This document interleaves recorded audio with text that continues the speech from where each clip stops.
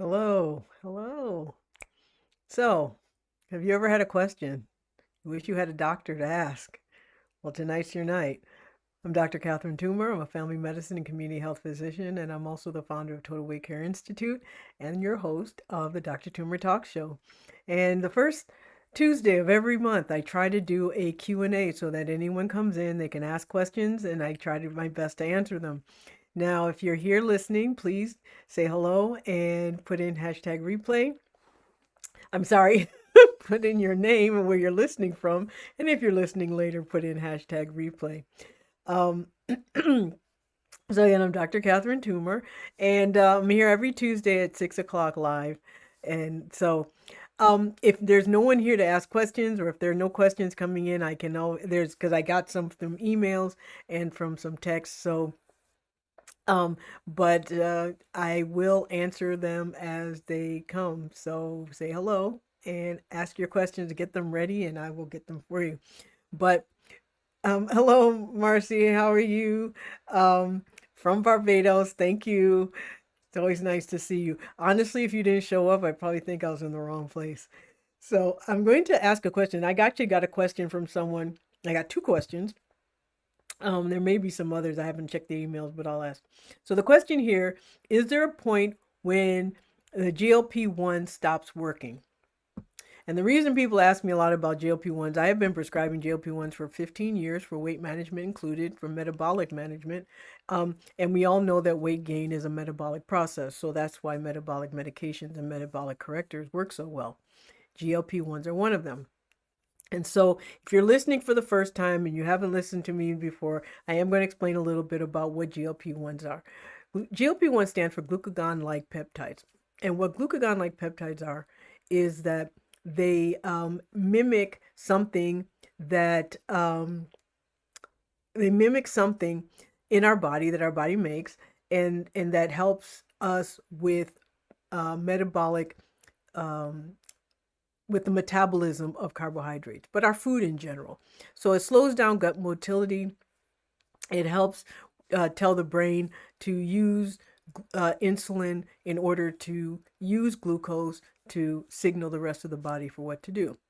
So the reason they work so well in people is because most people who need them, it's because their brain's not getting the signal because it's not using their insulin properly because they have insulin resistance or prediabetes or diabetes.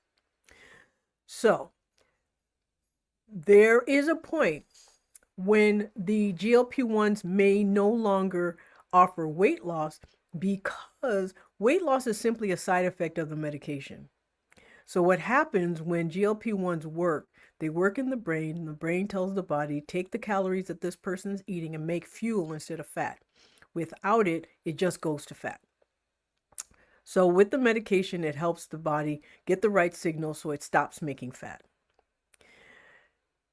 But it does a lot of other things as well. It helps the brain. Protects the brain against dementia. It protects heart against heart disease. It protects kidneys against kidney disease. It helps the whole body against inflammation.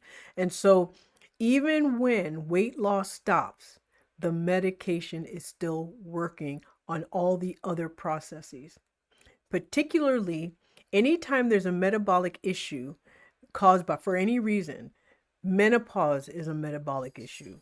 Chronic stress causes metabolic issues. Polycystic ovary syndrome has metabolic side effects.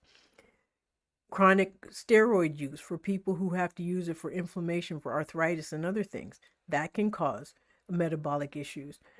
And so all of these things are corrected. There's all the metabolic issues, whatever the cause of those metabolic issues, are all corrected by a GLP-1 medication. So they may not always cause weight loss, but they are always working. They never stop working.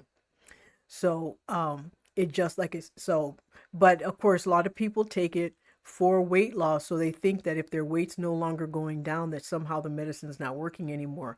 It does other things. It has other benefits that continue even if weight loss stops. So that's the first question. Another question I got. And also, so if you're listening, get your questions ready because I'm sure there's some. The other question I got today was, um, oh, what are peptides? Um, are GLP-1 tirzepatide peptides. I've been hearing a lot about them and wondering if I need to take them. Okay, so what peptides are essentially are proteins. Um, so they help with so protein. Marcia, I saw your question. I'm gonna get to in just a moment. So peptides are proteins, and our body uses proteins for lots of different reasons, but these particular peptides that people are talking about are the ones that are used in our mitochondria, or the part of our cells that makes energy. So, and they help our cells make energy, and it's usually come from down from the breakdown of the food that we eat, or it's something that our cells make also. They also make their own proteins. What happens over time as we age, those proteins that our cells make, they can become less and less and less, and those cells start to age. They start to cause what they call cellular stress or aging stress. And so those peptides are no longer in the levels that they used to be, so our body does not produce the energy that it used to, and that's why our bodies start to slow down over time. So, what peptides are to replace those things. The type of peptides that you're hearing about when everyone talks about longevity and peptides, those are the peptides they're talking about. The ones that our cells use to make energy in order to give us the energy that we need for our body and for daily living. So, peptides are those things. Yes, we can take them. Yes, we can replace them, usually in the form of either injections, nasal sprays, or with pills. In that order, the most effective is injections, the next is nasal, the next is pills. Now again, they are not regulated, so not all peptides that are made equally. There are people out there who are selling peptides that are not supposed to be for human consumption. They're only supposed to be used for research. So you have to be very, very careful who you get them from and who you buy them from. So the best thing to do is to go to a physician who you know has their sources from a reputable place, basically an FDA approved, monitored facility. And there are not very many. I do have one that I vetted, and if you want me to connect you to a physician who can prescribe them, myself or someone else, then all you have to do is write to me at help@drtumor.com. That question came from someone else, but who's a listener, but sent me the question beforehand. So yes, so peptides are helpful in helping our cellular age, slowing down our cellular aging. And depending on the type of peptide that you take, they help with they kind of keep your brain a little sharper. They kind of help you focus. You notice your skin starts to improve. Your hair stops falling out, especially if you're on a GLP-1 and you have some nutritional hair loss. It will stop that. It just generally gives energy.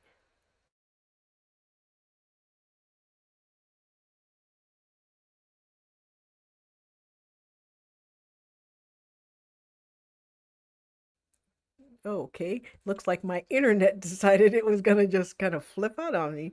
So I apologize for that. So, hi Denise, how are you? Thank you for joining. So Marcy asked, how does steroids help with platelets? So it depends on what you mean. So if you mean low platelets, and it also depends on why the platelets are low. So what steroids do is they stop our immune reaction. Excuse me, I got something on my tooth. They stop our immune reaction.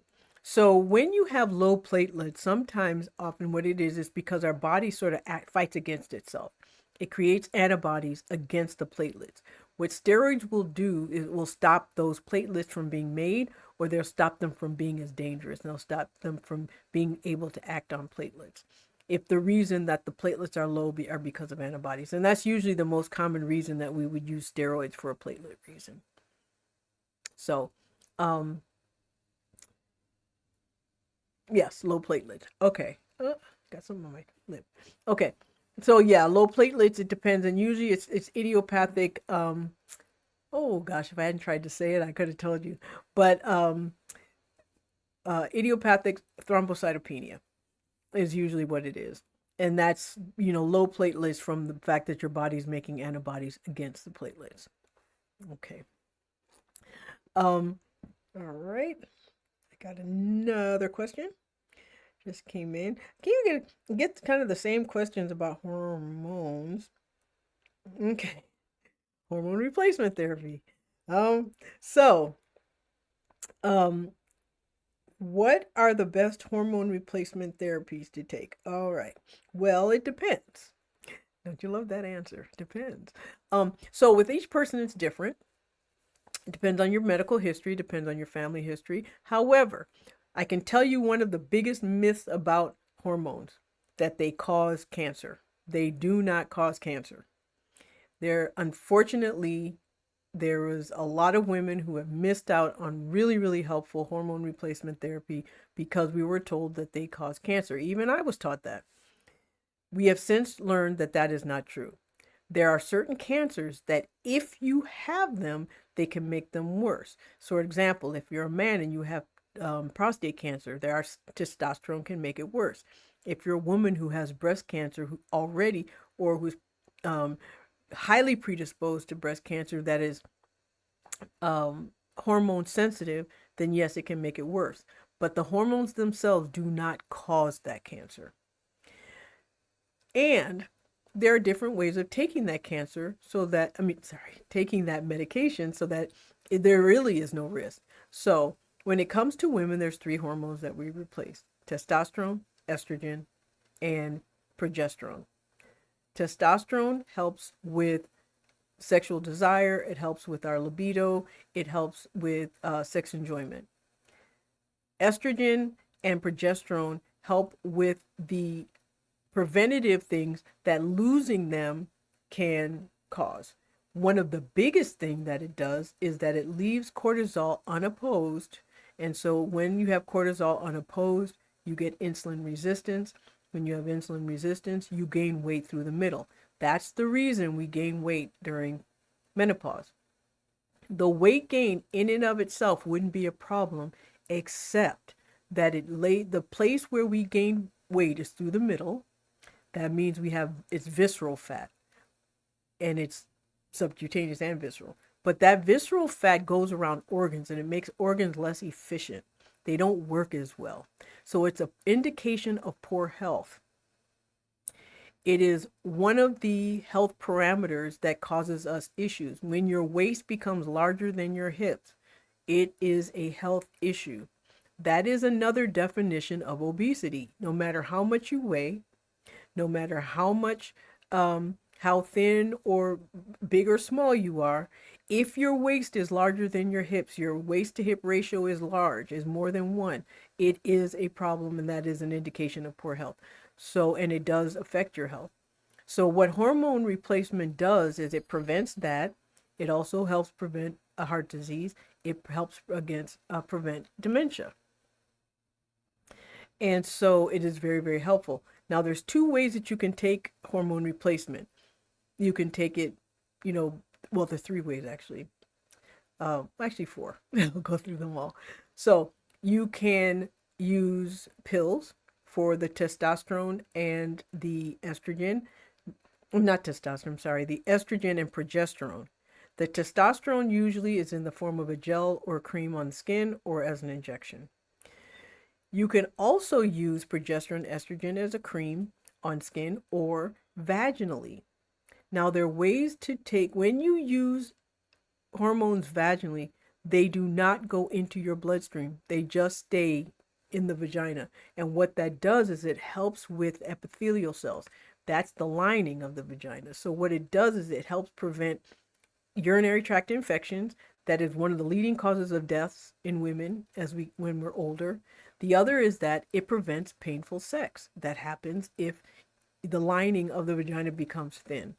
So hormone replacement isn't just preventative in terms of your health, your physical health, and your organ health, but it's also helpful with your psychological health because it does affect relationships. It does affect other things later in life, enjoyment of life. So hormone replacement is good for that.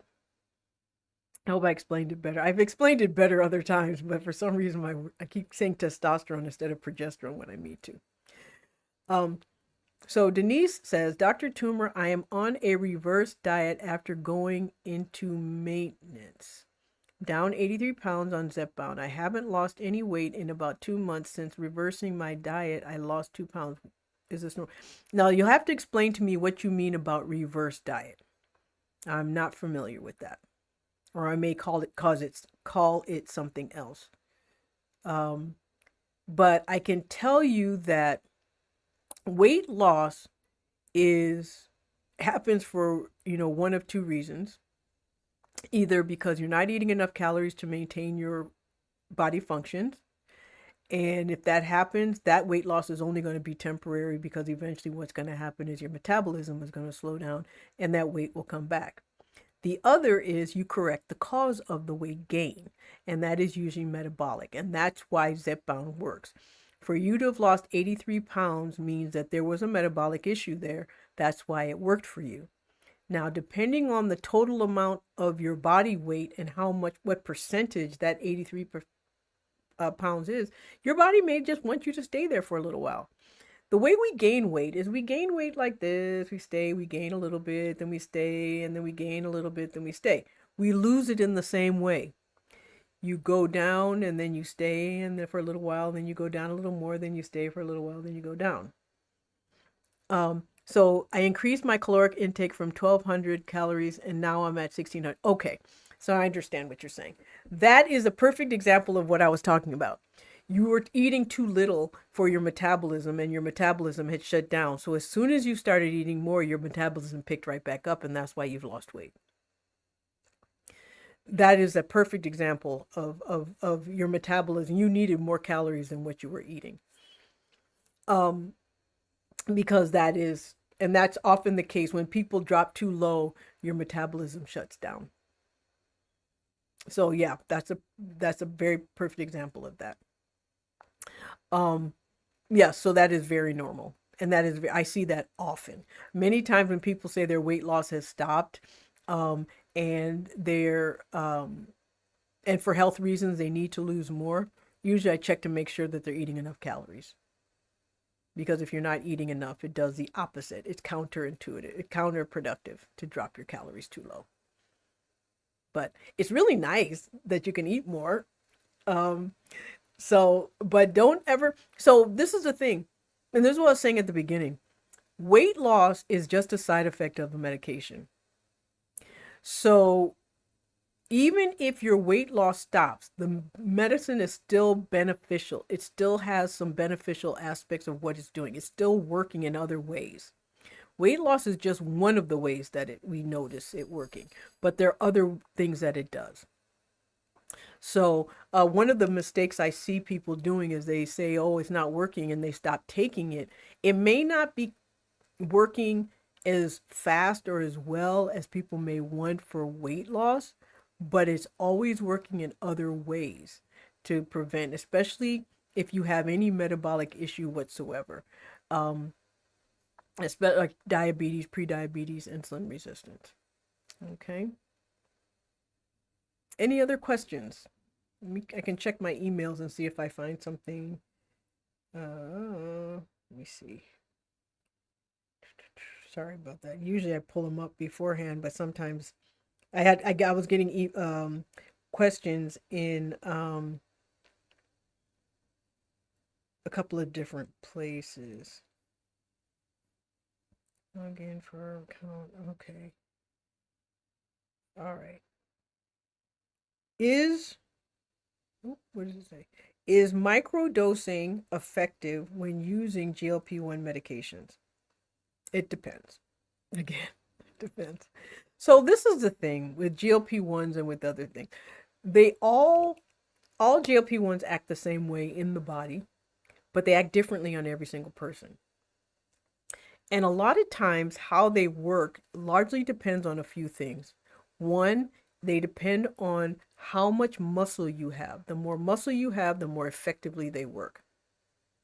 The more muscle you build while you're taking them, the better they work, the more effective they become. If you've dieted a lot in the past and you've yo-yo dieted and lost a lot of muscle, the medication doesn't work as well. Mainly because your metabolism has been so highly effective and because the GLP-1s work best on muscle cells so that muscles can utilize fat and utilize the glucose what you've eaten. And so the more muscle you have, the more places it has to work. And so that's why building muscle during the time that you're in any type of a metabolic process is so important.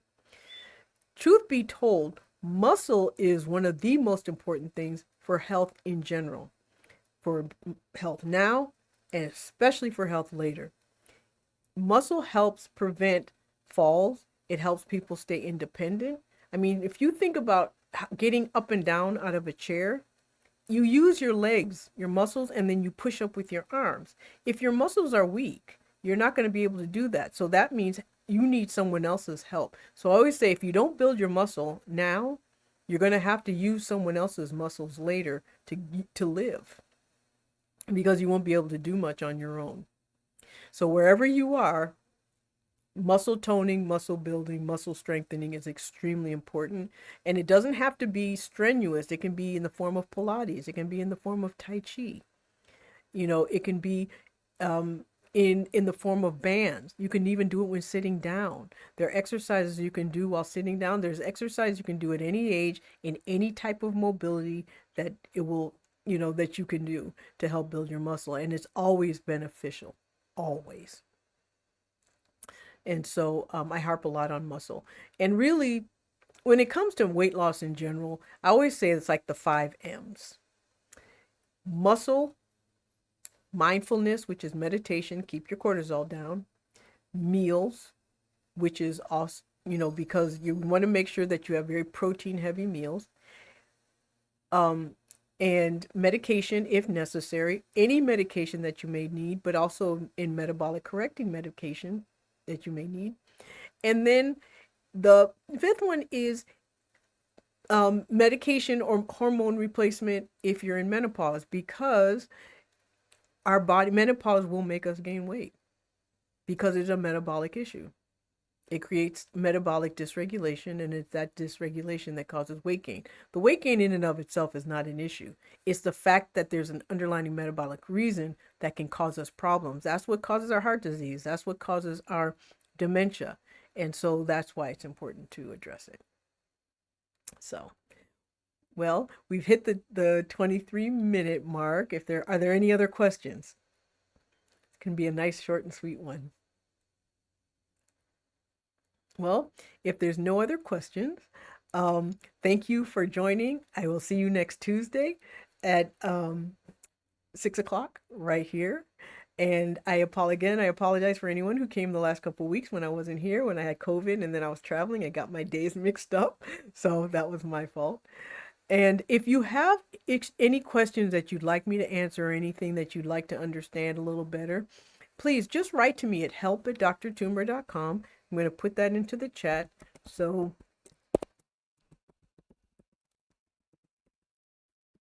there you go.